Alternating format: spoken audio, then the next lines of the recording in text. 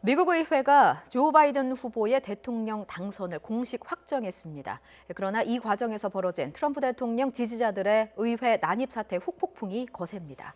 2주도 채 안 남은 트럼프 대통령의 퇴임을 앞두고 해임을 촉구하는 목소리도 나오고 있습니다.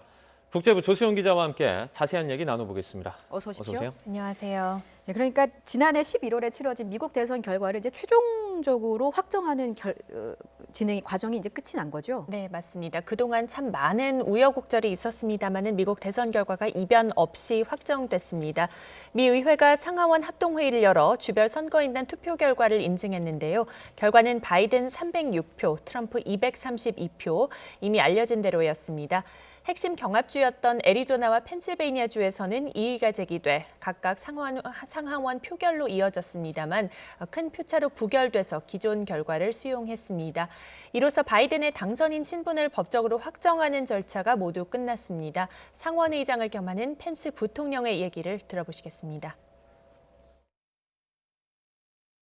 The announcement of the state of the vote by the President of the Senate shall be deemed a sufficient declaration of the persons elected President and Vice President of the United States, each for the term beginning on the 20th day of January, 2021. 네, 이제 상하원 회의가 무사히 끝나긴 했습니다만 어제 같은 경우에 의사당 난입 사태로 중단이 됐다가 다시 개시된 것 아니겠습니까? 네. 이 혼란이 어떻게 일단락이 된 건지 정리를 좀 해주시죠. 네, 어제 보셨겠지만 워싱턴에서는 예상치 못한 일들이 많이 펼쳐졌죠. 예. 트럼프 대통령 지지자들이 의회 의사당에 난입하면서 상하원 의원들은 다른 곳으로 대피하고 의사당은 폐쇄됐습니다. 시위대와 경찰의 충돌도 격해지면서 사망자는 4명으로 늘었고 경찰관 여러 명이 다쳤습니다. 예. 경찰은 지금까지 50여 명을 체포했고요. 미 연방수사국 FBI와 다른 연방법 집행기관들이 사건 주동자들을 체포해 기소하는 방안을 추진 중인 것으로 전해졌습니다. 통행 금지를 발령했던 워싱턴 DC 시장은 대통령 취임식 다음 날인 21일까지 비상사태를 선포했습니다. 그리고 어제 현장에는 주 방위군도 동원이 되면서 이게 트럼프가 지시한 것은 아닌 것으로 보여서 그 배경에 관심이 쏠렸는데요. 크리스토퍼 밀러 국방부 장관 대행은 당시 이 문제를 트럼프 대통령이 아닌 펜스 부통령과 논의한 것으로 알려졌습니다. 미국 언론들은 트럼프 대통령이 주 방위군 투입에 반대했고 그래서 펜스 부통령이 국방부와 협의해 신속히 배치하도록 했다고 전했습니다. 그렇군요. 이 후폭풍이 참 거센 것 같습니다. 트럼프 대통령에 대한 책임론도 나왔어요. 네, 그렇습니다. 트럼프 대통령이 SNS 등을 통해서 시위를 선동했다는 주장인데요. 예. 트럼프 대통령의 해임을 촉구하는 목소리가 공화, 민주, 양당 모두에서 나오고 있습니다. 공화당 소속 하원 의원은 추정헌법 25조의 발동을 촉구했습니다.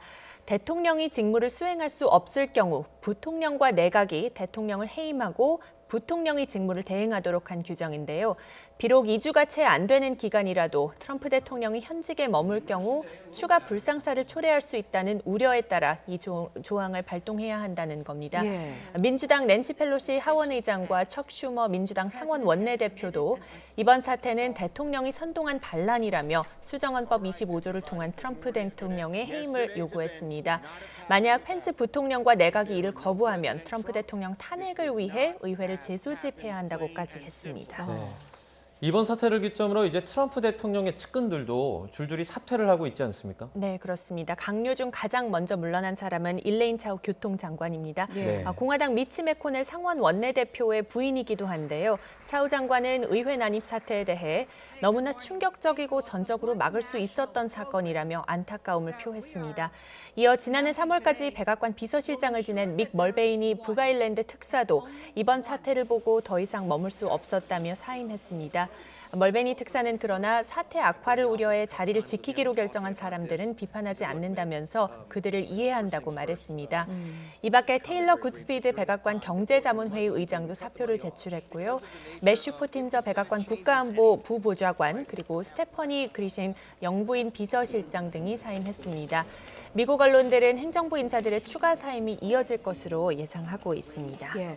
트럼프 대통령의 입지가 점점 더 좁아지는 분위기, 위태로워지는 분위기 분위기로 해석할 수 있는데 네. 정작 본인의 입장은 어떻습니까? 네, 트럼프 대통령은 사실 늦게나마 평화로운 정권 이양을 언급했습니다. 예. 바이든의 당선인 인증 직후 선거 결과를 반대하지만 오는 20일 질서 있는 정권 이양이 있을 것이라는 입장을 밝혔습니다. 하지만 그 이후에 책임론과 해임론이 거세지고 행정부 인사들의 사퇴가 이어지면서 트럼프 대통령도 그 어느 때보다 위기감을 느낄 수도 있는 상황일 것 같습니다. 네. 우선 SNS 활동은 아무래도 좀 자제할 것으로 보입니다. 오늘 아침 트럼프 대통령 트위터 계정을 확인해 보니까요. 어제 시위대를 향해서 평화 유지를 요청한 이후 추가로 올린 트윗은 없었고요.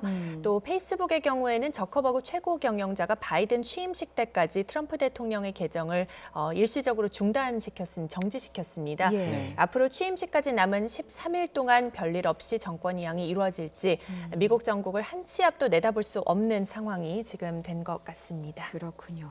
여기까지 듣겠습니다. 국제부 조수연 기자였습니다. 잘 들었습니다. 고맙습니다.